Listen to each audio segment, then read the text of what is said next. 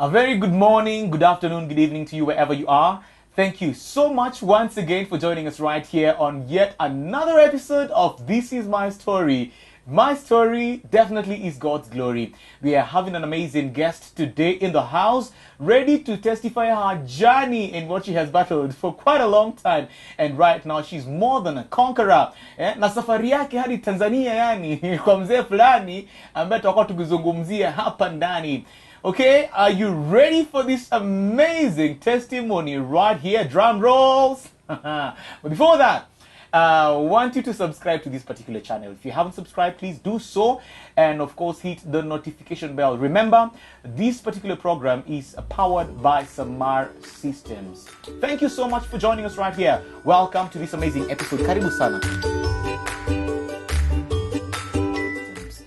Thank you so much for coming through. Karibu sana. Asante sana. Yani nimekuta futa umeadimika kama nini? Kama ndururu, siku hizi ndizo hazionekani. Ndururu hazionekani. Ndururu. Hazionekani bana. How are you? I'm fine. Yeah. Karibu sana. Asante sana. Anyway, tumepanga for long. Guy. Yeah. Something happens. Nikaona hadi ukaona jamani joker huyo. I'm happy to have you here today. I'm also happy to be here. And thank you for inviting me to your channel. You're welcome. My name is Doreen Moraa. I am a young woman living with HIV for the last almost 29 years, because in August it's going to be exactly 29 years. Yeah.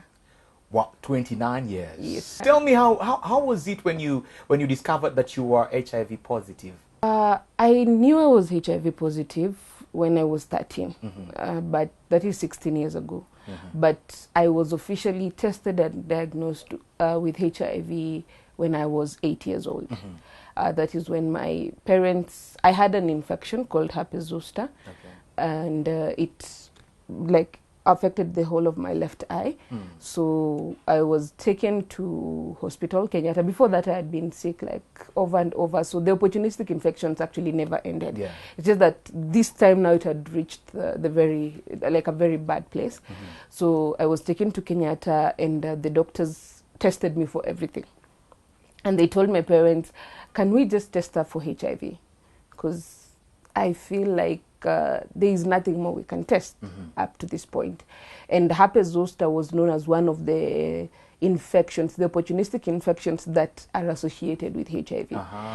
So you see, the thing is, it was a time in 1992, if you look at the history of HIV, in 1992 still nobody knew about HIV. When I was getting tested, still nobody clearly understood HIV.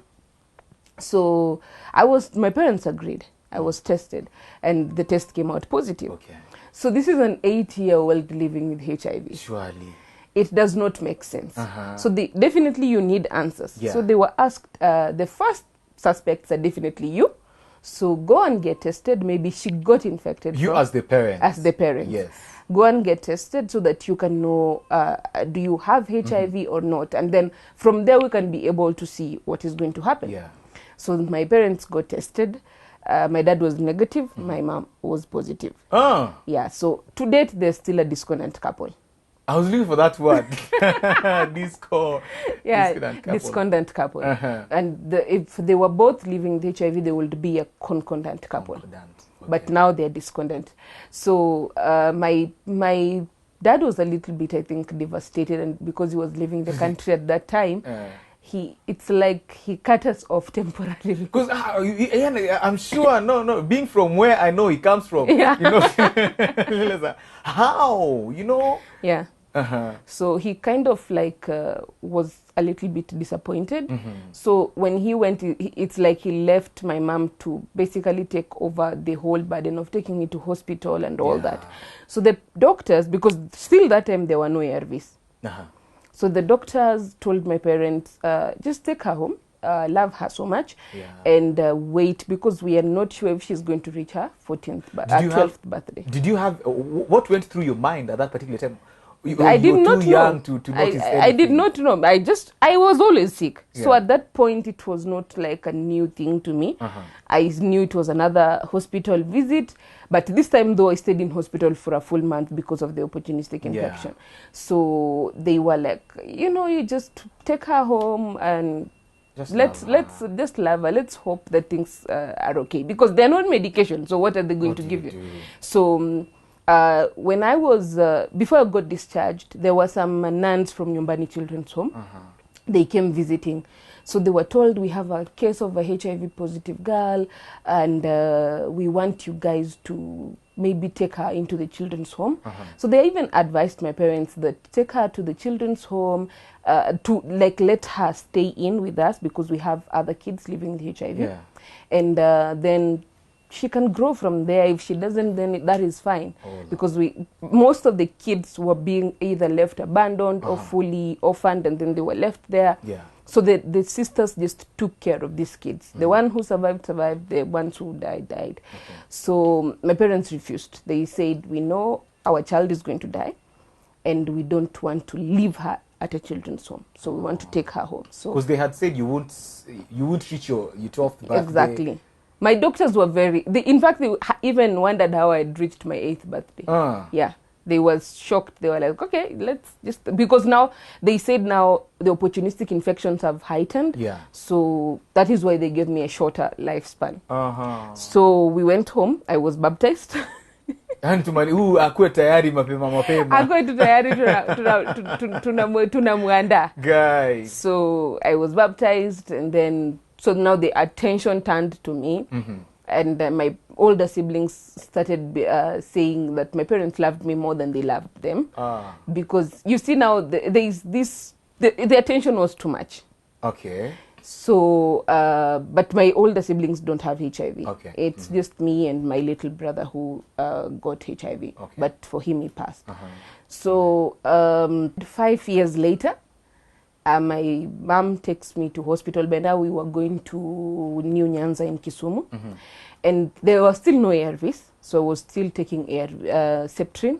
The Septrin is like an antibiotic. That's the only medication that is was the only used medication. those days. Yes. So the others were lots of miti shamba, fruits, and whatever concoction my mother was told, she would just. And those days, no one would even talk freely about HIV. Exactly. If you hear this family, this daughter has HIV, you guys are like, you don't even talk to them at all. Yeah. And now you see, still in the African setup, the stigma does exist. Yeah. So you find that people were afraid of sharing their utensils with us, as like me and my mom.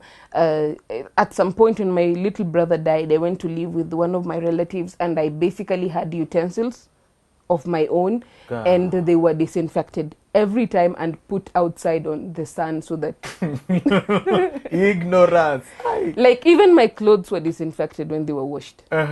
So, and at that time they were treating me like that. I did not even know what was wrong. So I was like, why do I young. Like I can't even drink from a different cup. It has to be that specific cup. So when I left that there, and I told my mom, that is now when she basically just cut them off. So when I started going to New Nyanza, picking the ARVs, a year later now, not the ARVs, sorry, the Septrin. A year after that, now in 2005, my mom became very sick. So now her HIV had now progressed to stage 4. Now she was in a very bad space, because stage 4 is basically AIDS. Yeah. So people knew she was going to die. Wait, HIV is what leads to AIDS? Yes. So there's a difference? There's a difference. If you have AIDS, you die. If you have HIV, you live a longer life. The disease does not have any cure, any medication that can control it, nothing. But HIV has the antiretrovirals, which control its growth and its progress. So that is why people living with HIV when they take their medication, they live a normal, healthy life. But when you get to AIDS, the opportunistic infections are a little bit more, they're many, and your immune system is very weakened. So for your immunity to fight to a point that you're able to reverse it back to HIV, it takes a lot of time, and like there is a lot that goes on medically. Wow, that's new. I don't know whether I slept in class. Ama ni kusahau. No, a lot of people think HIV and AIDS are It's the one same same thing. Yeah, but HIV and AIDS are not the same thing. It's just that HIV is the virus that causes AIDS. Yeah. Wow. So Okay. she had basically just like she was at the last stage now, stage 4, and then she miraculously got well and came back home With Septrin. No. Now she had started her ARVs. By that time, ARVs, because ARVs became public in 2003. Okay. So we got to access them in 2005. So she had been started, because when she was at the hospital, the doctors knew she had HIV. Yeah. So they had started giving her antiretrovirals. So she came back home. She was trying to balance with TB because she also got TB. And then she became better, actually way much better. Even people who were saying she has HIV were like, did she really have HIV? Because she looks so healthy for a person who had HIV. Yeah. Because, you know, those times living with HIV was a death sentence. Yeah. And once you became HIV positive, it's done. It's a done deal. It's a done deal. So one of her sisters started spreading rumors in the small town we were living in. And you see the problem with Ushago and small towns is everybody knows everybody. So we relocated. So before we relocated, now that is when she took me to Kericho. And I was told, Doreen, you're living with HIV. You were born with it. And you have to take a new set of medication that we're going to start you on. And you're going to take this medication for the rest of your life. So you had become of age? I was now 13. So you would understand what they were Yes. telling you. We had already been taught about HIV in school. It's just that the information we were given in school was not the same information that the doctor gave me. In school, the teacher was very specific. You get HIV, you die. What? Yes, that was it. But did you know at that time that you had it? No. When we were being school? taught in school, I did not know I had HIV. Uh-huh. So, in fact, I even went home one day and told people I'm never getting married because married people get HIV and I don't want to get HIV. Guy. So, that is what the teacher told us. That is the information I got the first time. Yes. And then the doctor is now telling me that you can actually get HIV from your mom. And I'm like, okay, no, the teacher did not say that, you know. But then at that point, I still did not take it as a difficult thing. So I was, okay, we are starting new medication, fine. Because, you see, I never liked Septrin. Septrin is so big and I had an allergy to the sulfur. So most of the time I used to skip them. So I never ever liked Septrin and I was like, oh, finally I am stopping to take this medication. And then they gave us and the first ARVs we were given was so colorful, very, very, I think the pediatric ARVs are way better than the adult one. They were so colorful, some capsules, some nicely shaped ones. So they looked good. So I was like, okay, fine, I can do this. And then my mom used to take us to take me to lunch, like kuku, chipo, soda. So to me, that was an awesome thing. Every month I get to eat chips. That is not something every other person was doing. And the other siblings are there, they're like, exactly, why? You see? So to me, it was good. And then I get to miss school one day of the month, every month. How better will it get? So I was like, okay, fine, let's do this. So I started taking ARVs. The following year I was going to Form 1. And now that was part of the problem because my mom refused to allow me to go to a boarding school. So both the schools that called me, I did not go there. I ended up going to a day school. So I went to the day school and it was fine. Everything was working wonders until the post-election violence came. And now we had to relocate. So we went to Machakos. Now in Machakos, there were no day schools. The day schools were so far away. So the nearest one was the boarding school. So we went to the boarding school. Unfortunately, you had to tell the matron if you have any health condition. And you also had to give her your medication so that she gets to give them to you. Now that was one of the things that when my doctor tested me and told me you're living with HIV, she told me you cannot tell anyone you're living with HIV. So now this is another condition I'm getting in this school and I'm not supposed to tell them that I have HIV. So we told our doctor, my doctor, we kind of have an issue. So I only have to come to the hospital when I'm on holiday. Holidays, yes. And my parents now used to sneak in the medication for me so that nobody gets to know. Okay. But now you see, still in boarding schools, it's a general thing. Yeah. And you get to see people's boxes, what they have. Everything is there in the open. Everything is there. Yeah. So they will come and just pick the ARVs and look at them and tell me, what are this medication for? And I would be like, they're for a heart condition. Okay. And they will be like, oh my God, so how do you feel? Ukamulale tu na roho sasa. Unajua kuna mtu atakustigmatize ukiwa na gonjwa. Hapo sasa they start the yes. Oh my God. Oh, sorry. So how do you feel? Like, I feel weak. Sometimes I faint. They never saw me faint at any point. Yeah. But yeah, and they bought it. They just bought it. Actually, it made me. It worked. It worked for the 4 years, and then I left school, and now outside school, it was a different ball game. Wow. I think dealing with high school kids is easier than dealing with people in the society. Because people are come from different backgrounds, are taught differently. So there is you who is trying to show them that no, this is not what you were taught. It's wrong. This is the right thing, but everybody has their own beliefs. So the first time I wanted to become an air hostess. Okay. So I went to some school hapo karibu na Embakasi. And then hatutataja hiyo shule.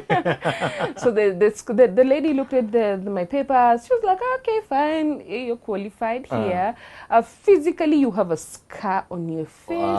And that is like a deal breaker, because before you get to air hostess school, before you start the classes officially, you have to pass through a panel kind of like an interview. Yes. And definitely they will judge you from your physical appearance. And if they see the scar, that is an automatic disqualification. Just like that. So I told her, what else can I do? She told me maybe some ground course, but definitely air. Not air. So I said, no, I will go to another school. I left that one. Before I decided to go to a second school, I said, how about I just talk to my uncle used to work at the Kenya Institute of Mass Communication. So I went and told him, I have the qualifications. I have what it takes and what they need there. Do you think I can be a radio presenter? He told me, that will be hard. I asked him, why? He told me, because you have HIV. If you go to radio, people will know you. If they know you, they will stigmatize you. They will stigmatize you and your family. We don't want that. So he told me, you're still young, go and think about something else. Wow. And that is how I went home, and I was very devastated, by the way. Because you see, this is coming from a family member. Yeah, yeah. And so I just went home, and like the universe was communicating to me. Yeah. That is now when I saw Babu and Loliondo on TV. The universe communicated. The universe did what? The universe communicated. We're holding it there. Before we go to Loliondo. Do you remember Loliondo? Mzee Babu. Mzee Babu alifanya watu pale Tanzania. Alifanya watu. I was talking to someone right here some time back. And this person was saying, no, I won't tell you because then I watch. So anyway, you are watching This Is My Story with me, Daniel Anunda, and of course alongside Doreen Moracha right here. An amazing lady with an amazing testimony for almost 29 years now, living with HIV and of course having conquered. Yani, mtu akikuangalia hata hawezi jua uko na ya wato. We will come there. Remember, this episode is sponsored by Samara Systems. And of course, this is an amazing app. If you are right there, you're a parent, you're a guardian, you are a principal at an institution, this is the app that you're supposed to get. And you can get this amazing app. It is real-time communication between parents and teachers so that you do not get yourself into hassles or nilisign register or kijana lisign nini diary, you know, diary una mtoto? Hapana. Diary utapata. Diary ile mtu anaambia kuja sign diary, mtoto hajafanya homework, such and such a thing. So this application makes it easier for you as a parent, for you as an institution to get in touch with your parents, the parents in your pupils rather. And the Summer School app design focuses heavily on the teacher's role to ensure ease of use, number one, reduce the high volume of transactions from parent messages, class roll calls, report cards. Yani iko na report card pale ndani yake, and of course it allows the teachers to focus on the mode of teaching. What you can do right now is just download this amazing app. You will get a demo right now. You download it on www.samarsystems.com na utapatiwa bahali yake, utapata demo bahali yake pale ndani yake, hata kama bea bana iko na mutoto. You can get one right now and just check out how it works right there. That is Samar School app. It's an amazing app. Try it out. Go check it out. I will. You know, watu wengine wanafanya vitu na imani. Doreen. Yes. Ukasikia universe is communicating. It communicated. All these ones, wamesema, and of course me, I believe makeup in that. Nowadays people do. Yeah, I actually asked that lady about Yes. it, and she was like, no, we need, the natural part of you needs to be no scars on the face. That is the rule. Yeah. The world is scarred with such kind of people. I know. Now you are there, you've gone back home, you're thinking a lot, and then something happens. You see, how did you get to know about this Loliondo? I was actually watching TV. Uh-huh. And when I was watching the news, you know, it brings that there is a man who is healing everything. A healer. And there was a line, a huge queue of vehicles going to this man's homestead. And one of the things I knew is there's no way this man, if he's a scammer, there's no way he's being brought to primetime TV. Yes, yes. And he was on the 7 p.m. and 9 p.m. news. So there is no way he is a scammer. Yeah. And the number of people going there. Where? That is the day I got to know that the rich also cry. In fact, let me tell you, that are going there. One of the things about Loliondo is a small town in the middle of nowhere in Tanzania. But even an airstrip was like It was created just so that airplanes and helicopters can land there, so that the rich people get the 1 cup of the Loliondo concoction and go. That place even got electricity because of that man. Loliondo. So he was like this person who said, you know, I am healing everything. And people started going there. And then he got the media attention. And then, you know, once you get the media attention, everybody you know. So he went, we went there. I convinced my mom. I told him, he cannot be a fake person. Look at what he is doing. Look at the people. He can't be fake.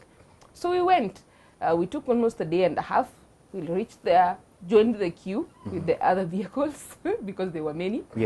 And then in the morning he called us, told us, you see, I don't have a cure. It's your faith. And we had faith, a lot of it. All of us had faith. So you're going to pay 100 Kenya shillings. You're going to take the cup and believe you're healed. Believe it. It was very easy. So we went back to our vehicles, of course, and then he had like ushers who will come with the trays, and the herb was on it because it was like in cups. So all you have to do is just pick and drink your cup and pay your money. And your faith has made you whole. Exactly. It was that simple, actually. I actually feel like we should have known that the way it's so simple, it's not really true. But we believed we were healed. So we drank the cup and we came back home. We stopped taking our So you saw Mzee Loliondo, you personally? Yeah, he was there. We were in his compound. How long did it take for you to get there? Almost a day and a half, because we left Nairobi on a Monday. We reached there around Tuesday in the afternoon. So he talked to us, and he told us about his drug and all that, and he has healed a lot of people, and we believed him. So we came back and we stopped taking our ARVs. What? We are healed. So we stopped taking our ARVs, and then that is now when things started going south. So my mom, we would go to hospital. We would pick our ARVs. We would come back home, but not take them. So my mom, one time when she was leaving the hospital, she went to a VCT outside the facility, and she was like, okay, test me for HIV.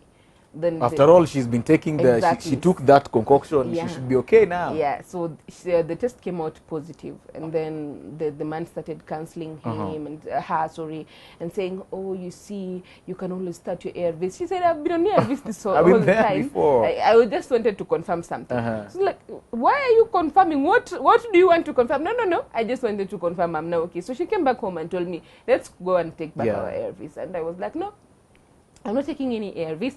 I know I am healed." So that is how I ended up defaulting my ARVs for 2 years. So the first year we'll go to hospital, pick the medication and not take them. And then when my viral load tests were done, they came back as they were high. They were at 70,000 copies. 70,000 is a very dangerous zone because it means you're not taking your ARVs at all. And if you are, they are failing terribly. So, because ideally, a person who is on ARVs and taking them every day is supposed to be with less than 1,000 copies. In fact, ideally, you're supposed to be at 0. So, 70,000 is bad. Even the doctors started consulting each other.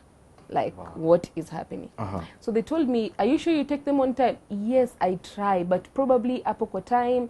Sometimes labda nasahau. So how about I go set an alarm?" In fact, even my containers, the containers for the medication were written time. So that I don't forget to take them. So I knew now after this I will get caught. So I stopped going to hospital altogether. So when I stopped going to hospital, the second year now I got pneumonia. And I was sick. It was bad, very bad, because even my mouth was so swollen I could not eat. So I went, I was taken back to Machakos, level 5. The doctor looked at me and told me, "Why did you stop taking your ARVs?" I told the doctor I got tired. I never told the doctor I went to Loliondo because that would have opened a whole Pandora box. And he told me, "You know, they told you that this is for the rest of your life." Then I was like, that right there is the problem. Because the rest of my life is a long time. And they don't, you know, when a doctor is writing the prescription, for them it's, "I'm doing my job. I'm giving you the medication, go and take them."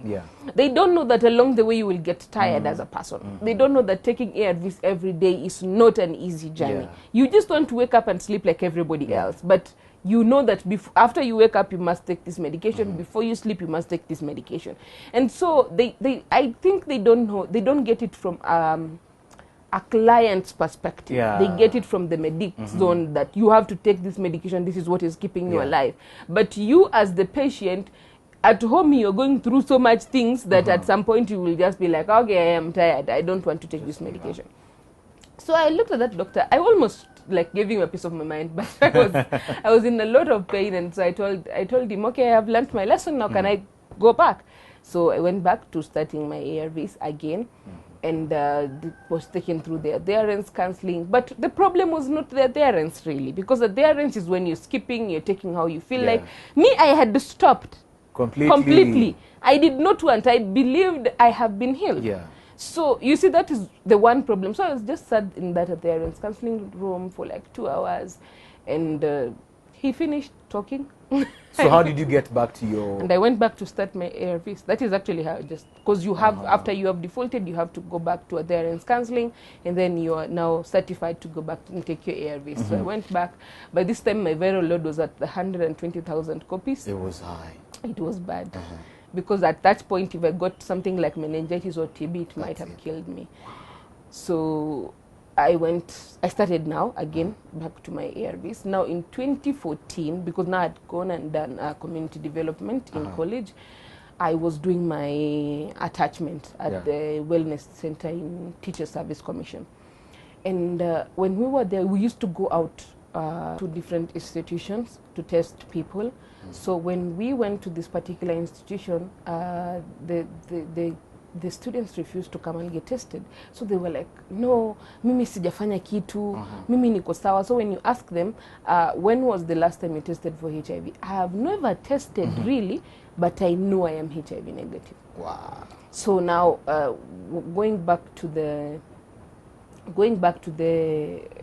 office, writing the report and all that. Now my boss asked me, "Doreen, what if you like opened up and started with your story? Maybe they will see the aim or the importance of knowing their status." And now, you know, this goes back to, I was told never test for HIV, never tell anyone you're living with HIV. And I have faced stigma from my own relatives. So how am I supposed to tell strangers that I actually have HIV? And I told her, I will do it. Don't worry, I will try and do it. So she told me, go and write a story on a piece of paper and bring it to me, then I can work with that. So I did not write the story. I didn't. I tried to write and then I realized I can't do this, so I left it. So one afternoon I was reading a newspaper, the Daily Nation. There I saw this story of this lady. She was like doing all these changes in Kibra. You know the way there are so many initiatives in Kibra. It was not HIV related, it's just that she was changing the perspective of young girls in Kibra. And that is actually how I said, how about I just try to this editor and see what happened. So I just wrote the email and went home. At the back of my mind was, the editor will not respond. If she saw the email, she will not respond. If the email, or the email will just not reach her. So I was like, okay, I'm just, you know. Then I reached home and then I found a reply from her. And it's like, Doreen, I read your story. It's such a beautiful story. I need us to do an interview. So you see, now I've not even told my mom that I am going to do this interview. So I went and I called my mom. I told her, hey, you know, I have just written to this editor. It was just like, just writing, but now she has requested for an interview. So I told me, go ahead and do the interview. So I went, I did the interview with her. And then, at first it was supposed to be on print. Then they said, no, we're going to put it on the digital space. So I said, digital, no, even people won't read it. People don't know me. And then NTV shared it on their Facebook page. Now, that is where things started going south. Because now people started tagging me and saying that NTV had, it's like they were defaming me for living with HIV. And they were threatening them and tagging me and saying, these people wanakuharibia jina. Kuja uone, huyu msichana ana HIV, tunamjua. Okay, they didn't believe the story. Because nobody ever knew that exactly. So we left, I deactivated my account for that day. And then now I had left my email at the end of the story. So I received over 1,000 emails that day. I have never even finished replying to those emails. So the people had different situations and people were struggling. And the stigma is so real with these people until this guy who told me he was married, but he had been living with HIV for 5 years. And he had been taking his ARVs from the boot of his car. So he just reaches home, parks, removes his ARV, drinks it, and gets into the house like nothing is wrong. The other one was hiding them at his office place, but now one person at the office had actually seen them. So they were asking, why are you taking ARVs from here? From the office, like, why are you taking this medication? You know, the questioning and all that. So all of these situations, and I'm like, we have made HIV this big secret, and it's almost 30-something years later since HIV was in Kenya. We're almost 40 years since HIV, the first case of HIV. And we still take it as a secret. It's time we moved out of that and just normalized the HIV conversation, because that is how we will actually end the stigma. Because without stigma, then people will be able to take their ARVs very well. Without stigma, people will be able to go to their clinics without any issue. Because now you find somebody lives in Nairobi, takes their medication from Kisumu. Or somebody lives in Kisumu, takes their medication from Mombasa. Why? They don't want people to know them. And you see that already it's stigma on its own. So for people to, I just looked at it and I said, no, we need to actually just break this barrier. We need to, because we will continue saying the same exact thing. Remember, we were supposed to end HIV last year in 2020. Now they have pushed it to 2030. And still, I don't even know whether by 2030 we will have finished it. But I think, okay, this is political, but I heard people saying it has become a business. People are making money out of it, so many people.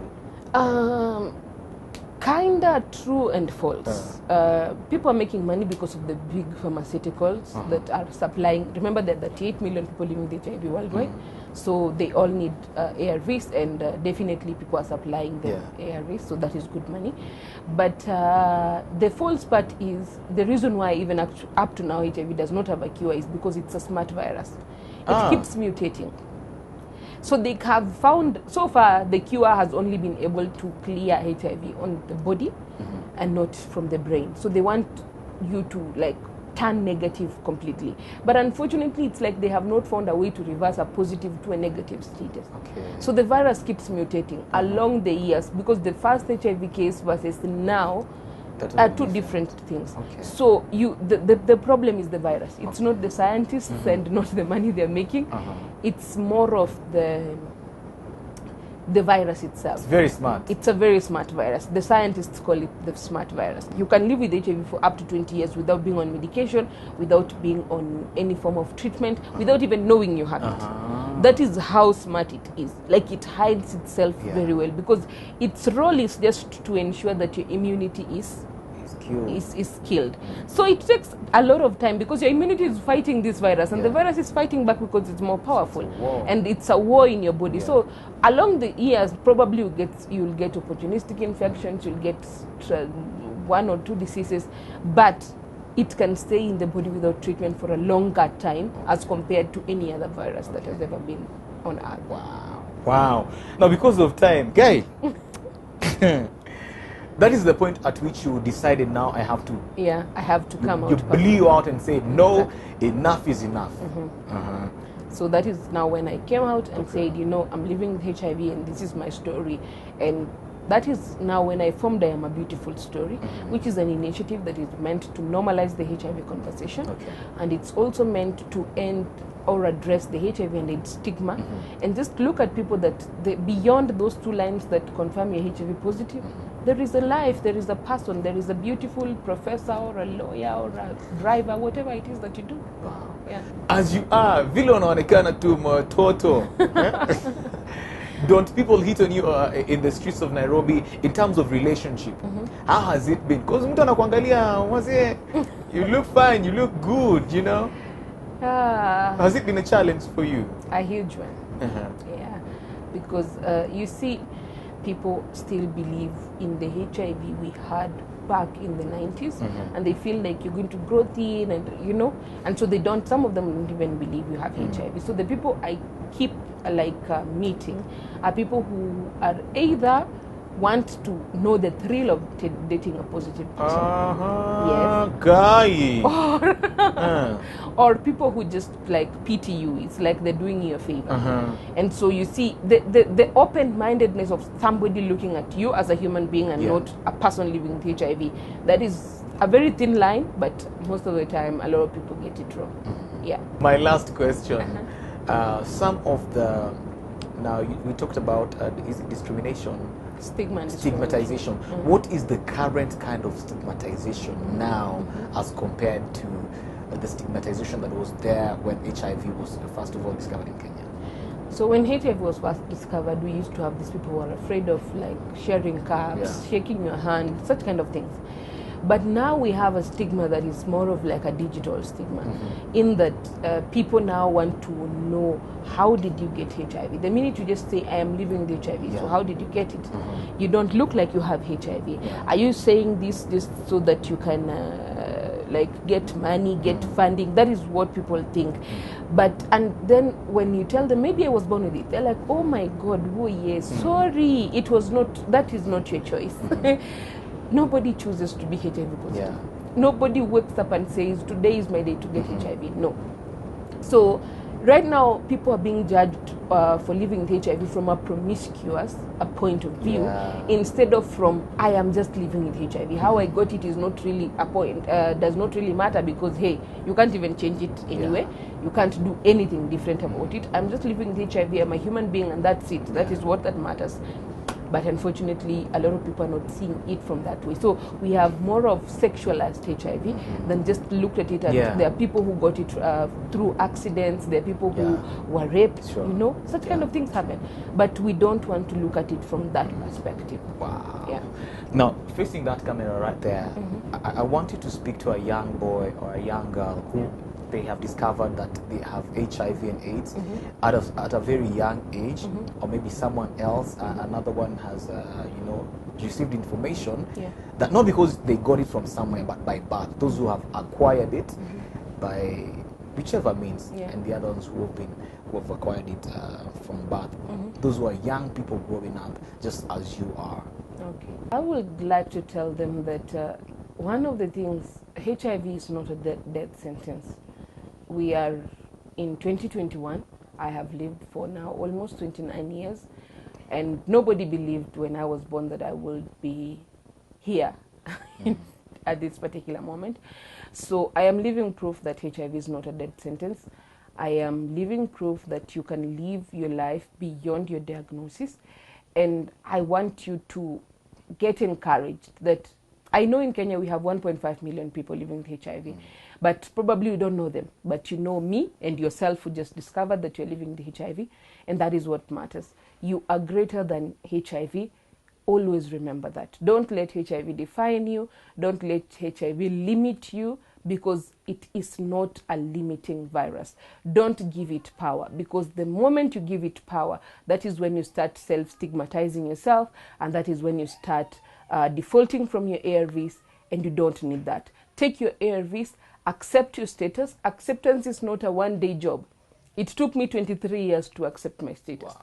But here I am today. So accept yourself every day. Whatever challenges you face, try again tomorrow. But never give HIV power, because it is a tiny virus and it cannot talk. Wow. Remember that. How can we find you if someone wants to get in touch with you? Your social media handles, Facebook, Instagram, Twitter? Okay, so you can find me on different social media platforms. On Twitter, D_Moraa, a single D_Moraa. On Instagram, Doreen_Moraa_Moracha. On Facebook, Doreen Moraa Moracha. It's a verified account, so you will definitely know it is me. It is only me. Sawa. On YouTube, I have a YouTube channel. It's called I Am a Beautiful Story. And on TikTok, it's D_Moraa01, like D_E Moraa01. D_Moraa01. It's verified. Kumbuka, it's verified. Kutoka Lakeside.